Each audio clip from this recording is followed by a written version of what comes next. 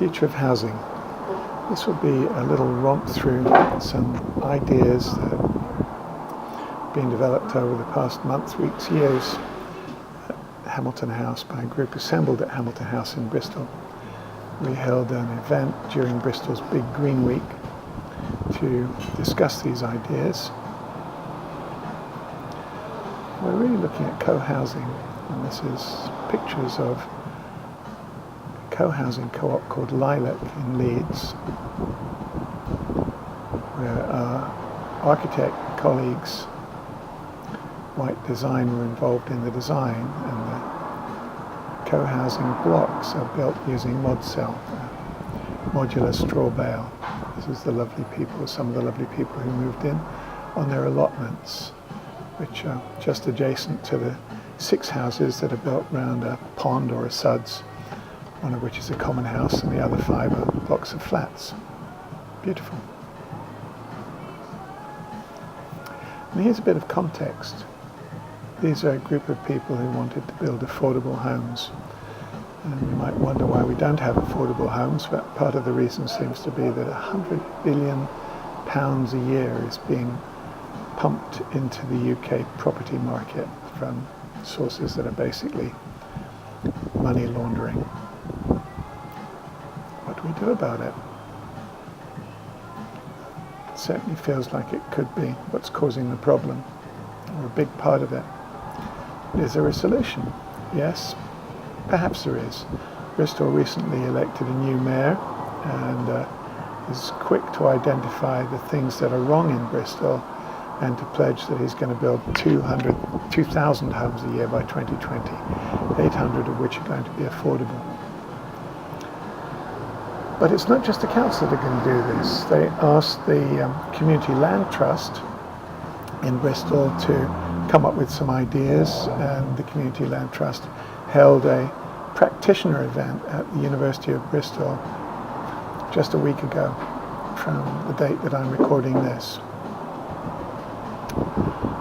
And I was going along there with some of the ideas from the group that I'm working with, Connolly and Callaghan group in Hamilton House, who have a vision that was presented at EcoBuild of creating a people-centered development model to change the housing market, where everyone can have access to affordable and sustainable homes in communities that support a better quality of life, like Lilac.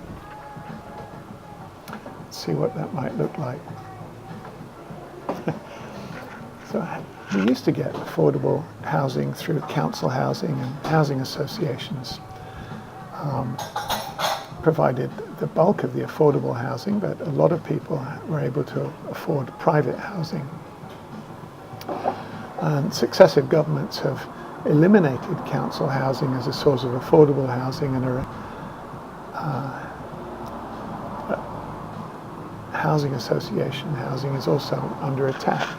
So we're left with private housing, an average price in Bristol of £235,000 and in London as much as £1 million. And community-led housing, which has got an average price, well, in Leeds, of £130,000, considerably less than the market cost. And energy cost. An ordinary house is about £1,350 a year. At Lilac, where they've built super insulated homes, energy bill £150 a year. That sort of leaves a question, which is, where would you rather live? And the other question is, how do we get from here to there? Let's look at the costs of developer-led housing, private housing.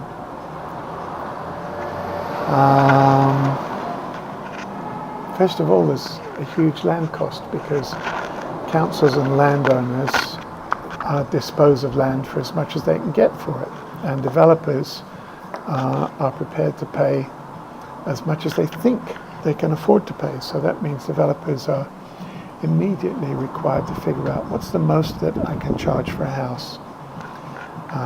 So you've got developers' costs and margins, and the council and the landowner.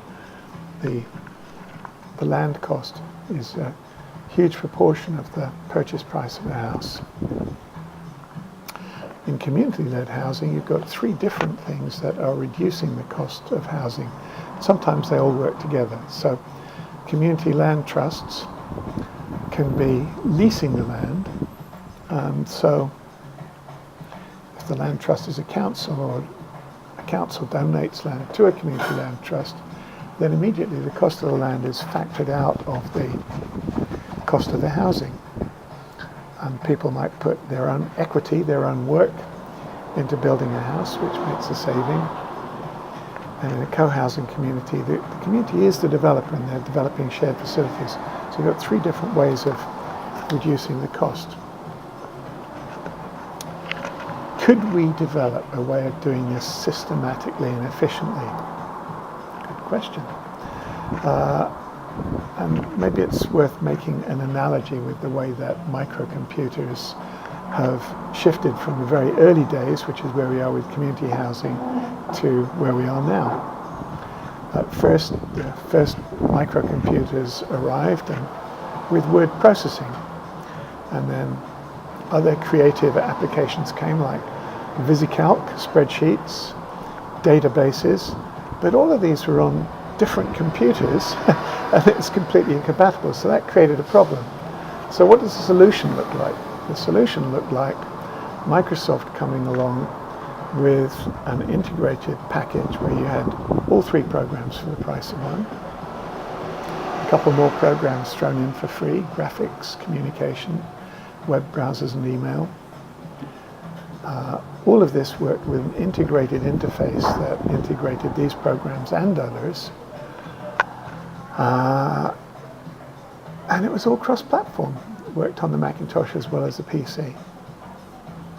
Can we do something like this for community-led housing? So what would that look like? We've got our three first applications: self-build, community land trusts, and co-housing. What would we want to add to that as packages? Ability to design, plan and finance,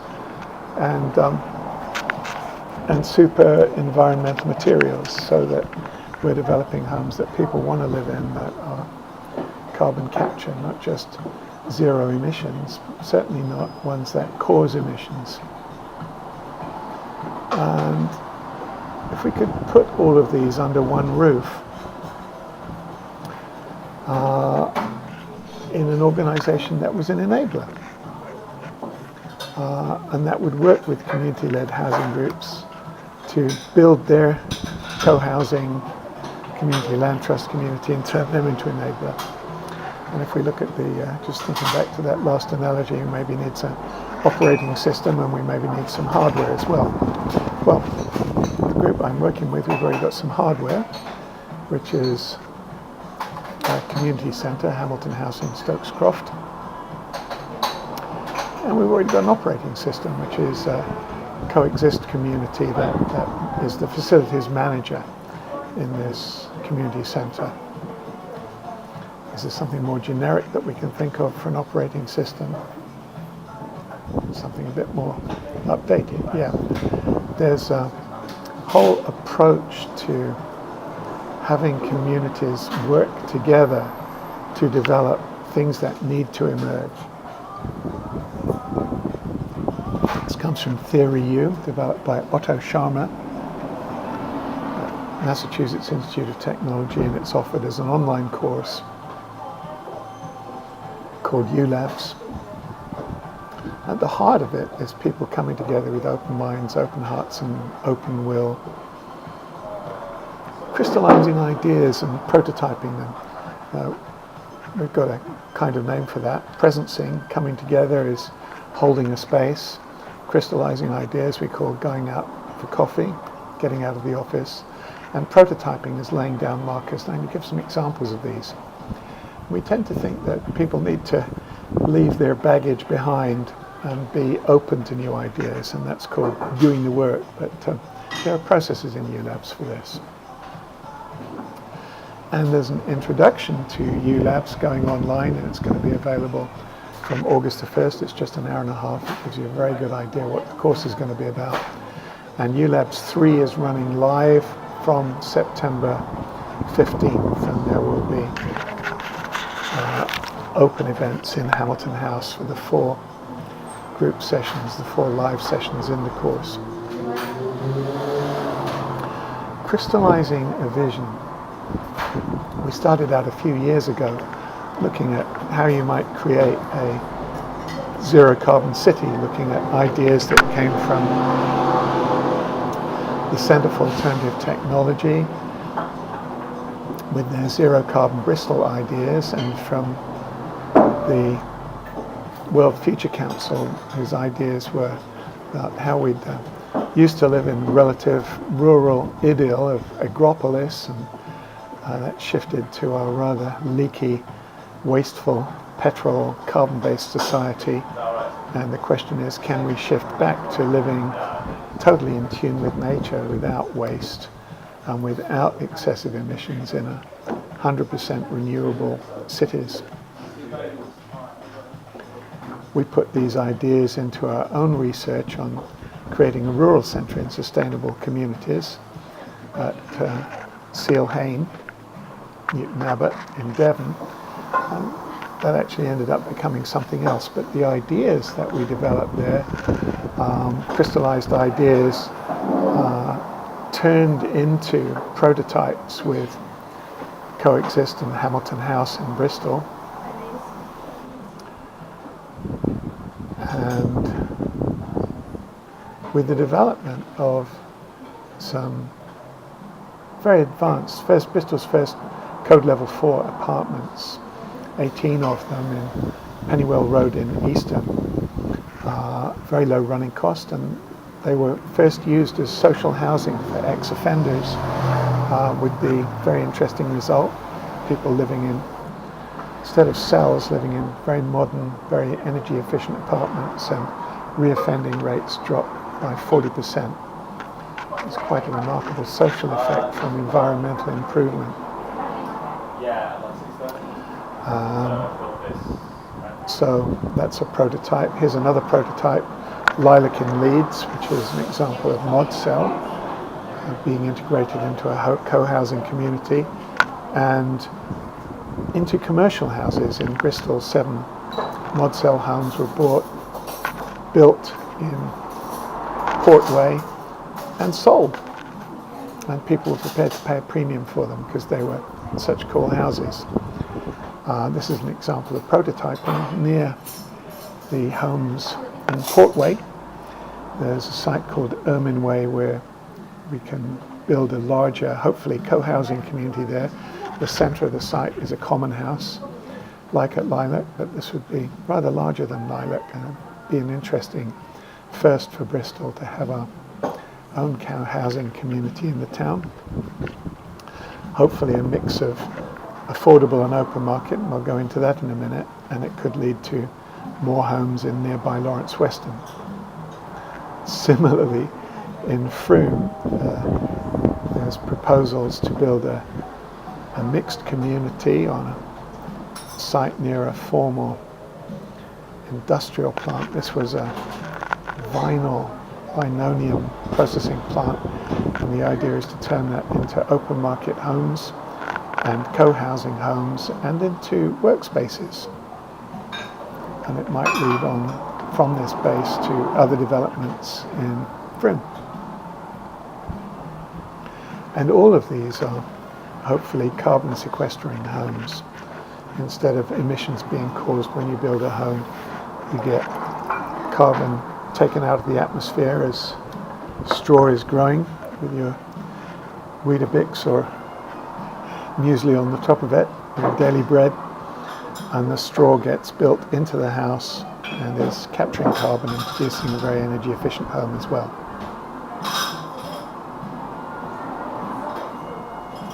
So let's just look at what is affordable. In actual costs, if you take out the profits for the developer and the markup for the land from the council, we can build a 60 square metre apartment even at a high build cost of 1,500 square metres, 1,500 per square metres, which seems to be what straw bale's coming in at the moment, we can build that for 3 times average income. So that's genuinely affordable. And what about people who aren't earning average income? Well, here's a 35 square metre apartment, which we think we can get straw bale cost down to $1,200 a square metre. That brings them in at $42,000, which is less than 3 times living wage. And there are other perfectly sound forms of construction. Here's a 3-bedroom home built at £1,000 a square metre out of timber and warm cell, which is recycled newspaper insulation. Very energy efficient. So everything's possible. Everything is possible. So we've got a kind of joke, which is we talk about affordable housing, but affordable just means 20% off open market value and 30% of the homes in development, as much as, no more than, are required to be built at affordable prices, but not many people can afford 20% off open market value anymore. So we think affordable means less than 3 times income, and that means affordable has got to be less than 90,000 for half the population to be able to afford it, or £45,000 for everybody to be able to afford homes. So there's obviously got to be a mix. Some people might be able to afford more, and that might be able to get projects started. So I just want to mention that. So there's what's affordable, but what's profitable. And here's a great group.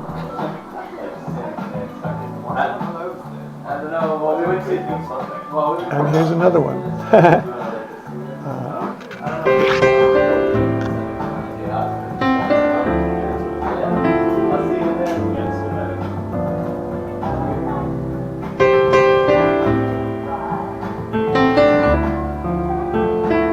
And what we've got is La Casa por el Tejado, a building luxury rooftop penthouse apartments for Barcelona, and they're building them in a shed in just 8 weeks from start to finish, and then lifting them onto the roofs as luxury penthouses, upgrading the building underneath and creating assets for a city without expanding the city. Quite remarkable. And of course, penthouse apartments sell for a premium. So that's the whole thing, the whole build completed in 8 weeks. And they're going to put these on a lorry, crane them onto the roof of the building, another 4 weeks, and they'll have a party and be ready for people to move into. Amazing. So we're thinking about a structure in which very profitable houses are built at first to allow us to perfect the straw bale technology, like Elon Musk built his Tesla Sportster first, sold it to rich people, and then he built an affordable car and an even more affordable car and a electric transmission infrastructure. Our plan can be to build luxury eco homes and then more affordable homes in communities, and then truly affordable homes in communities, while adding in all kinds of other features.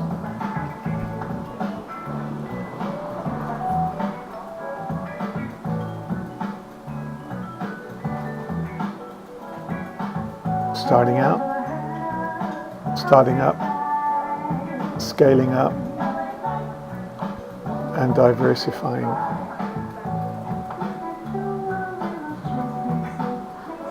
So just to look at how we might go about doing this. If you imagine a project breaking down into 5 steps, the first is you're just going to meet the community. Any community has contact with another community who says we've got some land, or we want some land, or we've got a co-housing group that wants to build something. And you do some thinking together and you find some land, and you go pretty quickly for planning permission to make sure that you could build on the site.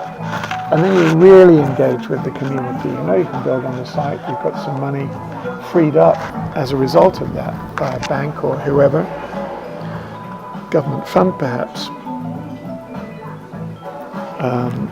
Government fund. note to find out the name. And then you go deep into a community engagement with the community, and you plan what you really want, and you take that back to the planners and say, this is what we really want. And then you build that along with community centre and job creation.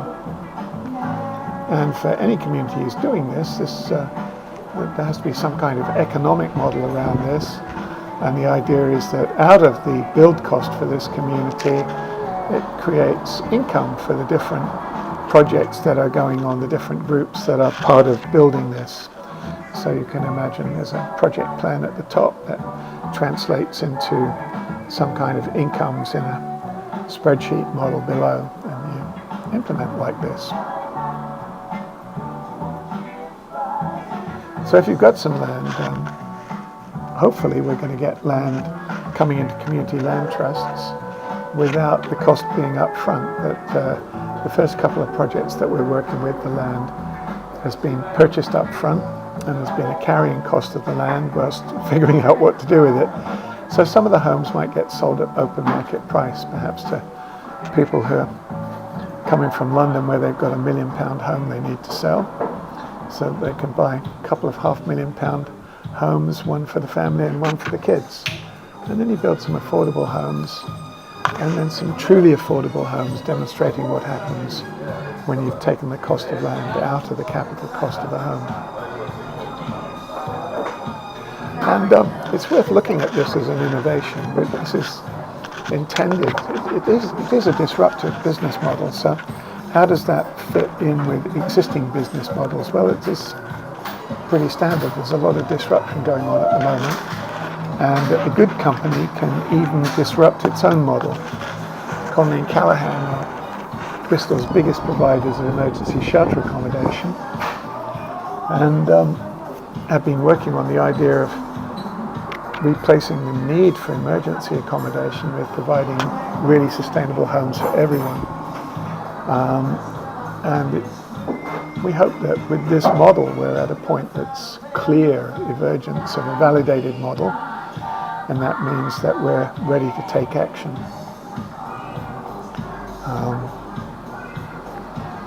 Let's hope the council's with us. The joke is, as Gandhi said, first they ignore you, then they laugh at you, then they fight you, then you win. And hopefully we're already at a time where we can start having everybody win. So just to go through it again, we start off with comparison of private housing versus co-housing, and what we're doing is bringing in community land trusts as well, so that the cost of the house comes down further, energy comes down from expensive to zero, and even work. A private house, you work your butt off to pay the mortgage. In a co-house, you've got time to work and play. And in a community land trust with workspaces, you're going to be able to earn money. So that's a little roundup. I think we're under the illusion that people are automatically going to understand this and go for it. But the idea should be clear, and some people will get it and be ready to move with this. And we hope that by putting this video out on the internet, we'll get in touch with other groups and form a stronger collaboration to build this kind of housing model, an integrated approach to community-led housing. In our own group, we've got a group of people we can name who are ready to help put it together, and we could, there's another slide to come there. Here's my credits. This also is something that's going to improve, so skills and credits to improve. Okay, I'm going to stop it there and see how long we've been.